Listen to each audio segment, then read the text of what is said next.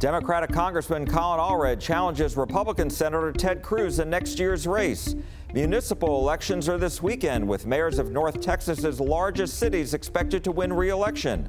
Former President George W. Bush surprises local veterans, and retired teachers in Texas will likely finally get a cost of living adjustment for the first time in years. What that will mean for one woman. I'm Jack Fink. Get your fix for Texas politics. Eye on Politics on CBS News Texas starts right now. We begin with the U.S. Senate race in Texas. Democratic North Texas Congressman Colin Allred launched his bid to unseat Republican two-term Senator Ted Cruz. He released a campaign video early Wednesday morning. I've taken down a lot tougher guys than Ted Cruz. A former NFL player who became a civil rights lawyer who served in the Obama administration, three-term North Texas Congressman Colin Allred now seeks to become the first Democrat elected statewide in nearly 30 years. Allred highlights his work with Republicans on bringing a new VA hospital to Garland and his efforts to create jobs. And he went after Senator Ted Cruz. When Texans were freezing in the dark, he jetted off to Cancun. He'll do anything to get on Fox News, but can't be bothered to help keep rural Texas hospitals open. The struggles of regular Texans just don't interest him. Well, they matter to me. In response, the Cruz campaign fired off a statement saying in part, quote, Democrats have once again turned to a far-left radical to run for Senate. Senator Cruz will continue to do everything he can to bring more jobs to Texas, fight out-of-control government spending, and support the oil and gas industry from the attacks of Democrats like Joe Biden and Colin Allred. Former Dallas ISD trustee Miguel Solis, who's now active in Democratic politics, credits Allred. You could not ask for a better candidate.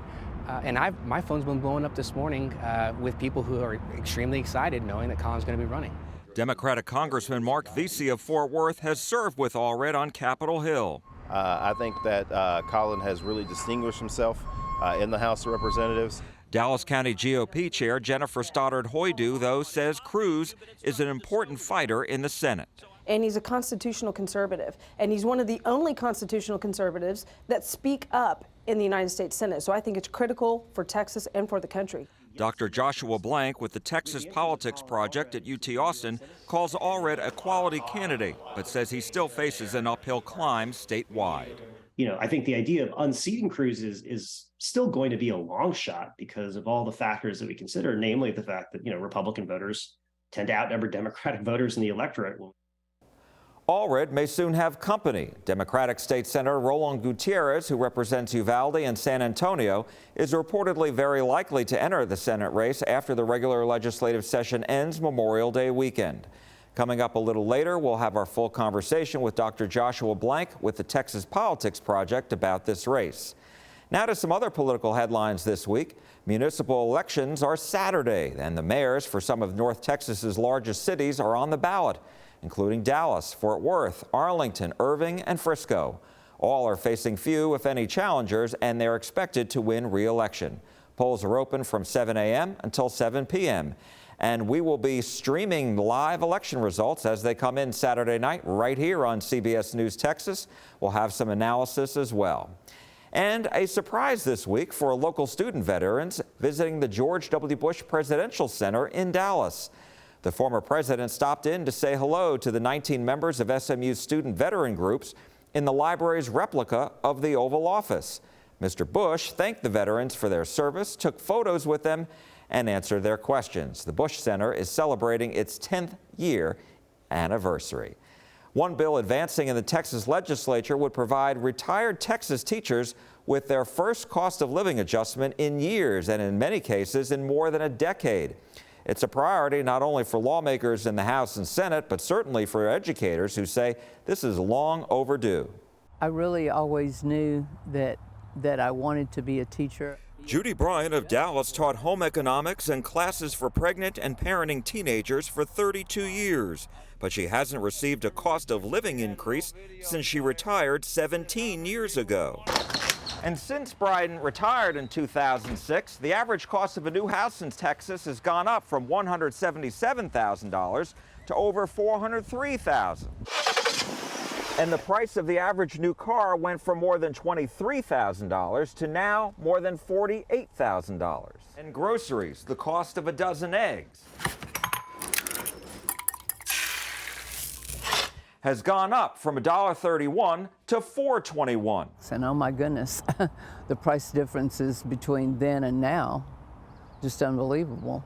The Texas House and Senate have now passed different bills that would give more than 400,000 retired teachers and support staff across Texas a bump in their monthly pensions. We really are happy that it's gotten this far. Right now, the average retiree who's paid into the Teacher Retirement System, or TRS, receives just under $2,200 for their monthly pension. Once a final bill passes, a retiree will likely receive, on average, between $45 and $117 more each month. It depends on their retirement date. And older retirees would likely also get an additional check of at least $5,000. We have been talking to our legislators ongoing all the time. They finally began to realize how it's really impacting real people. Is it enough? No, not really. To help pay the bills, Bryant has worked part-time for years. She's hoping lawmakers will also approve additional yearly increases down the road. We don't want this to happen again, where we have to come and beg. Coming up, analysis on next year's U.S. Senate race between Democrat Colin Allred and Republican Ted Cruz. And then later, we check in with Republican North Texas Congressman Keith Self and hear what he says about the debt ceiling fight playing out in Washington. Eye on Politics on CBS News Texas. We'll be right back. Welcome back. Democratic Congressman Colin Allred's entrance into the U.S. Senate race against Republican incumbent Ted Cruz is making national headlines. Analysts say Allred faces an uphill climb. We spoke with Dr. Joshua Blank, research director at the Texas Politics Project at UT Austin, about this race. Well, I think it's a good sign for Democrats in the fact that, in many of the election cycles that we've watched here in Texas in recent years, really over the last decade or two, the question has been not only who will jump into some of these high profile races for Democrats, but whether they will have a quality candidate taking on one of the state's major Republicans. And it's not a guaranteed yes in most races. With the entrance of Colin Allred into the U.S. Senate race, and actually interest from some other reasonably well-positioned Democrats, what it says to me is that Democratic candidates at least are looking at the 2024 election and seeing possibility instead of peril. And so let me ask you, in his video this morning, Allred criticized Senator Cruz, calling him all hat, no cattle, when it came to him going on vacation with his family to Cancun, Mexico during the severe winter storm in February of 2021. He also criticized Senator Cruz's comments related to January 6th and said that Cruz cares about himself. Is that something that's going to stick? Well, I think that's, one of the main questions, right? I mean, whether or not that's an effective strategy and whether that remains Congressman Allred's strategy throughout the campaign remains to be seen. But I do think he is playing on themes that ultimately may play well here in Texas. In particular, the grid remains a concern to Texas voters, even though we haven't had a major power outage since Winter Storm Uri. Voters, that event still remains highly salient to Texas voters. And when we look at our polling and we look at what they think the legislature should be accomplishing, what's important, the reliability of the grid remains, paramount. And Ted Cruz is, absconding from the state during that particular event is a black mark, really on his representation of Texas. And so that's not surprising. I think the other piece of this, this idea that Cruz is in it for himself is something that, could have legs if you think about it in the sense that, Cruz has said that he is for term limits, for United States senators, even though he is going now for an additional term. And further, I would say, Cruz's ambitions to run for president are no secret. Now, it doesn't look like he's going to be running in this election cycle, given a number of strong Republican candidates who he likely would not beat in a Republican primary. but no one has doubted his interest to eventually trade up this job for another one. And so I think, if you combine those two things, you can understand the logic of Allred's attacks on Cruz. Now, whether those, have punch and staying power is another question. I wanted to ask you about the challenge facing Allred, because he's leaving a safe seat in the House to roll the dice, if you will, politically. Just how big of a challenge is this for him? Well, I mean, it's a huge challenge. Ultimately, no Democrat has won a statewide race here in Texas for over 20 years. And you're right, he is leaving what is ultimately a very safe Democratic seat. But it's important to note that it wasn't a safe Democratic seat when he won it.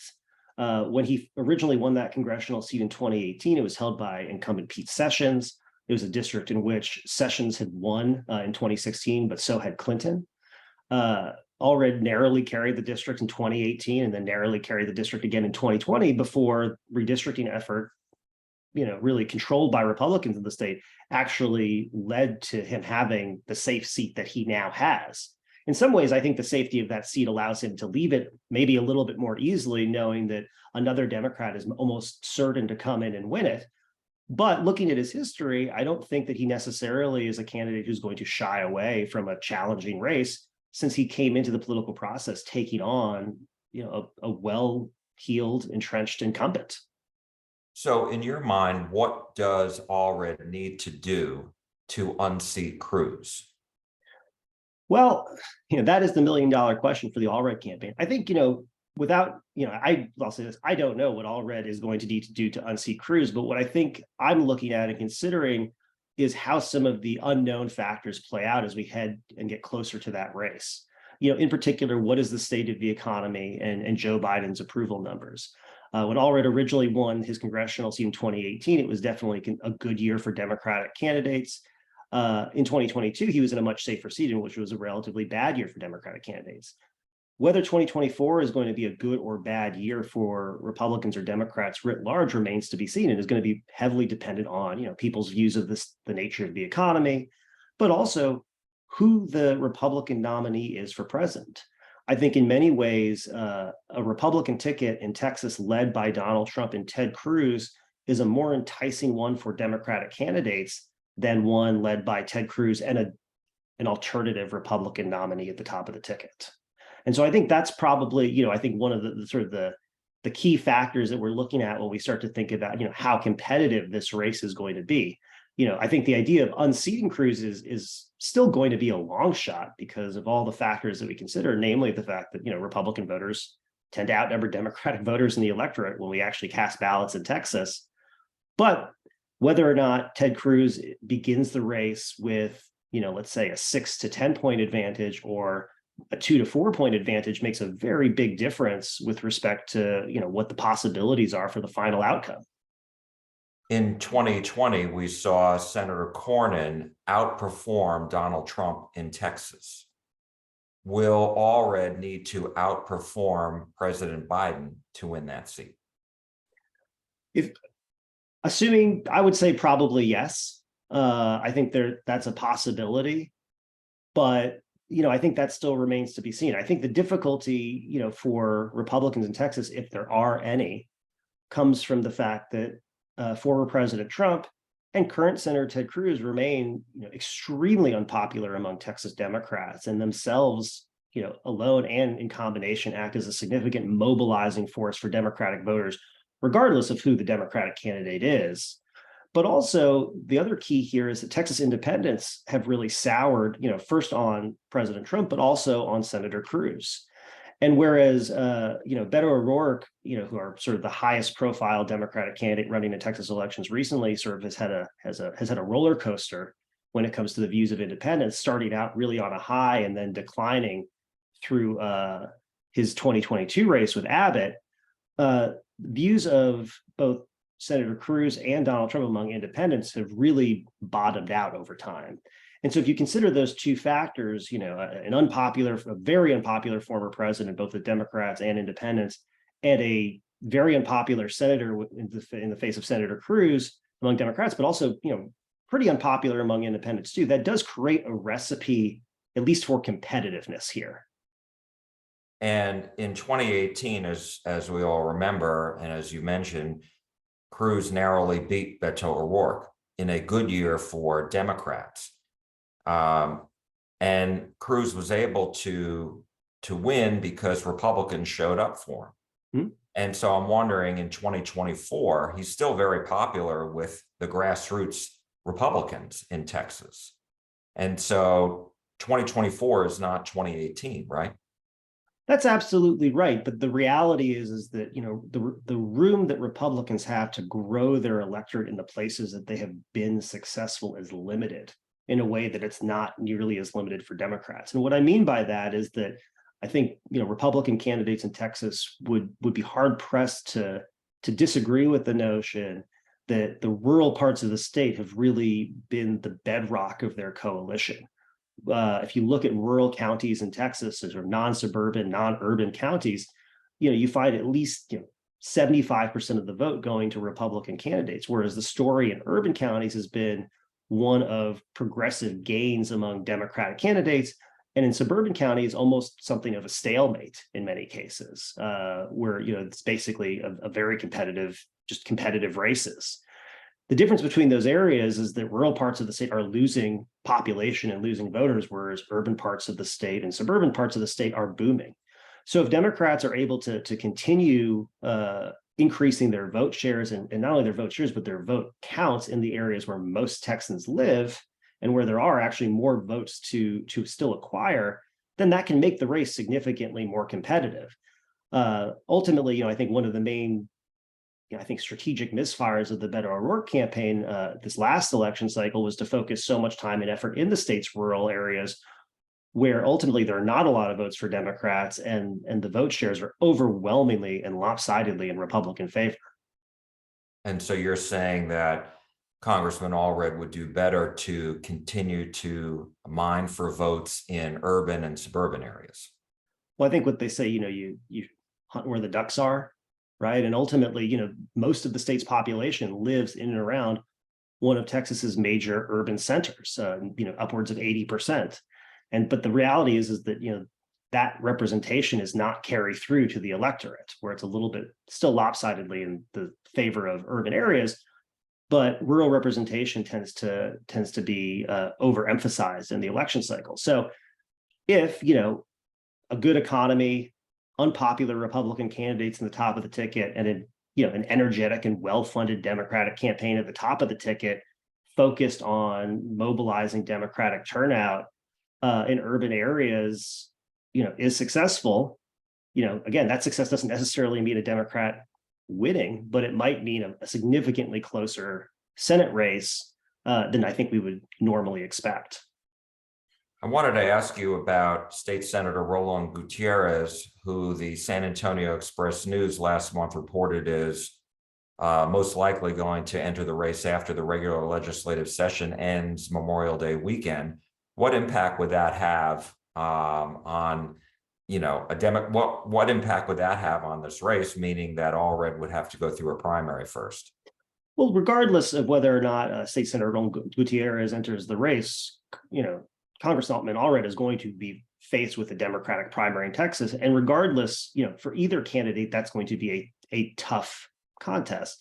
And not because I expect it to be, acrimonious, or there's going to be a lot of mudslinging, although there could be, but simply because it's a challenge in Texas for Democratic candidates of any type, whether they be a former, a current, state senator or congressman, to introduce themselves broadly to the Texas electorate.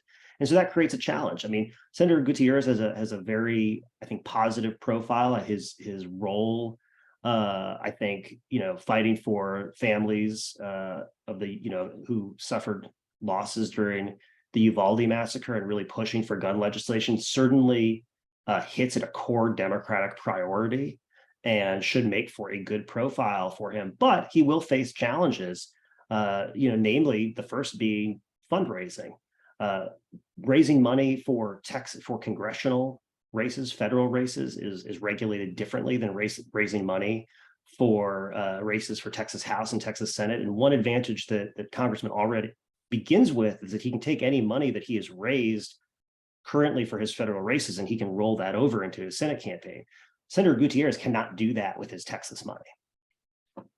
I also wanted to ask you about a new poll that your organization, you released this morning, and particularly just about border security and where Texans are as we're about a week away from Title 42 ending. Yeah, when we look, one of the most, when we look at public opinion polling of Texas voters, and one of the most consistent findings here over the last decade has been the primacy of the issue of immigration and border security in Texas, and as an issue facing Texas. Immigration and border security is, even though we have borders obviously with Canada, and we're not the only state that has international borders, when you ask Texans what the most important issue facing the state is, when you ask them what issue the legislature should address, when you ask them how important it is for them to address border security remains paramount in all of these. But the issue here is this is driven almost entirely by Texas Republicans. And so about 60% of Texas Republicans will say that immigration or the border is the most important issue facing the state, whereas that number is less than 10% of Democrats.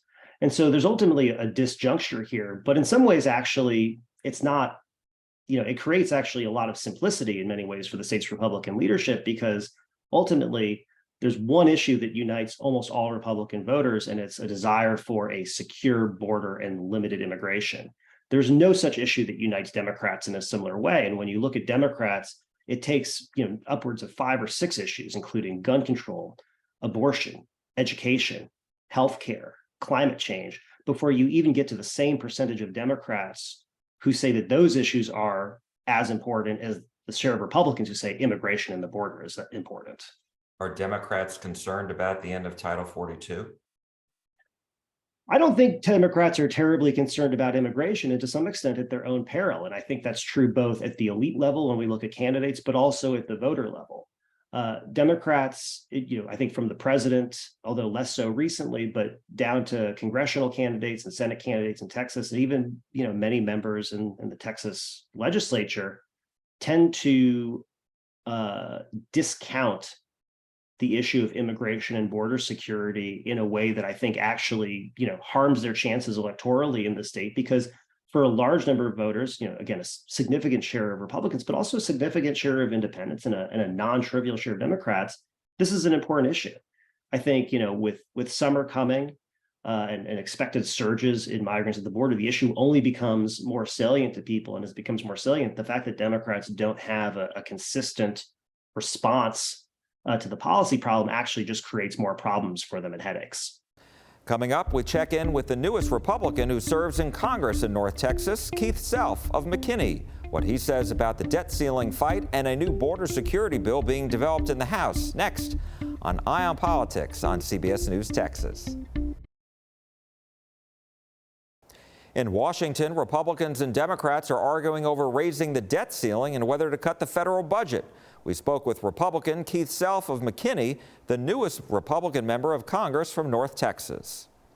We've got to get this debt ceiling debate started because Janet Yellen has already said that she's using extraordinary measures.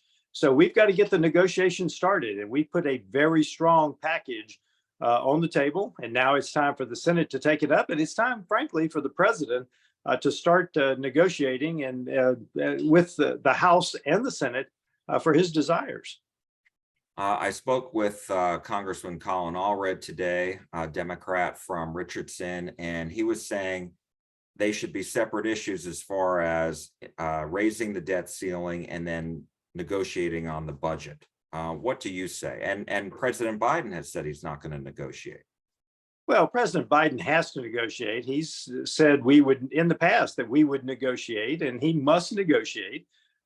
Because the House is ready to raise the debt ceiling by $1.5 trillion with substantial cuts over the next 10 years. In fact, the first year cuts of about $415 billion were very important to me, because this is when we set what's going to happen for the next 10 years. The budget is a separate issue altogether. This is the trajectory of this nation for the next decade. And when I talked to Congressman Allred, he said, well, the Democrats passed the Inflation Reduction Act. How do you respond to that? Well, that was the Inflation Expansion Act. A lot of what we have in our debt ceiling relief bill is to roll back, to have rescissions for many of that spending, much of that spending that hasn't been done yet, because the $1.7 trillion, that was insane. So a lot of what we have in our bill will undo a lot of the damage to the American taxpayer that was in that bill.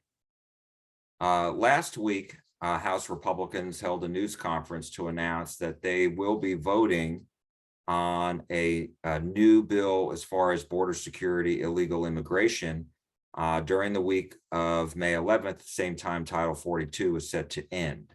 And do you support this bill? And what do you think is the most effective provisions about it? Well, there is no bill yet because two different committees are working on this bill. The Judiciary Committee and the Homeland Security Committee are working to meld together one bill. But I think there's going to be some very strong provisions in it. And one of them is the Migrant Protection Protocol, which is basically Title 42 in a different name, in a different form. But that is what we need to be about. We need to be strengthening the border. Frankly, this bill could do nothing as long as the Biden administration would simply enforce the laws that are already on the books. But the Republicans are going to have a strong bill that will encourage the president to do his duty on the border and protect this sovereign nation. And now that it starts in the House, and we may be able to predict how it's going to go, perhaps on party lines, but then it goes to the Senate. And so the Senate is controlled by Democrats. So with the way the Congress is set up now, Republicans in the majority in the House, the Democrats in the majority in the Senate with the Democratic White House, that changes the whole dynamic on how legislation gets started and gets worked on, no? Not really. This is the way government works. This House passes its bill, the Senate passes its bill, and then there's a committee hearing between the two to negotiate out exactly what we're going to pass and send to the president. If we cannot reach an agreement, or if the president vetoes it, it doesn't become law. But I've said all along, well before I took office, that this is the one issue that I think Americans will want us to find some stronger enforcement on, the border, because now there are no counties, there are no states that are not border counties and states. It's affecting the entire nation. And I think this is the one issue where the Democrats had better get on board with a stronger border enforcement, or they may find another job here in a couple of years. And I should have followed up my question with the statement, it's different than the past 2 years in which Democrats controlled essentially all three, the executive branch and both Congresses. And so it changes the dynamic politically on what is able to get through and what does not get through.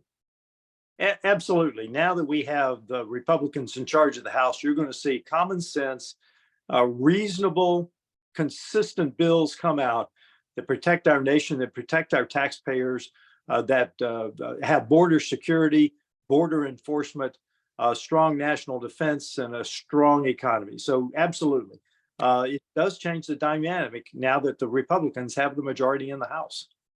You sent 2 letters to President Biden late last week. One of them was on the EPA's new tailpipe emissions rule. Why did you write it? What did you say? And what is the biggest concern to you about it? Well, the rules that I think they went into effect today are impossible. You're not going to have 67% of all sedan, light cars, SUVs that are sold in 2030 or 2032 to be electrified. The grid won't stand for it. The grid is not there. The battery improvements that they keep talking about are not there yet.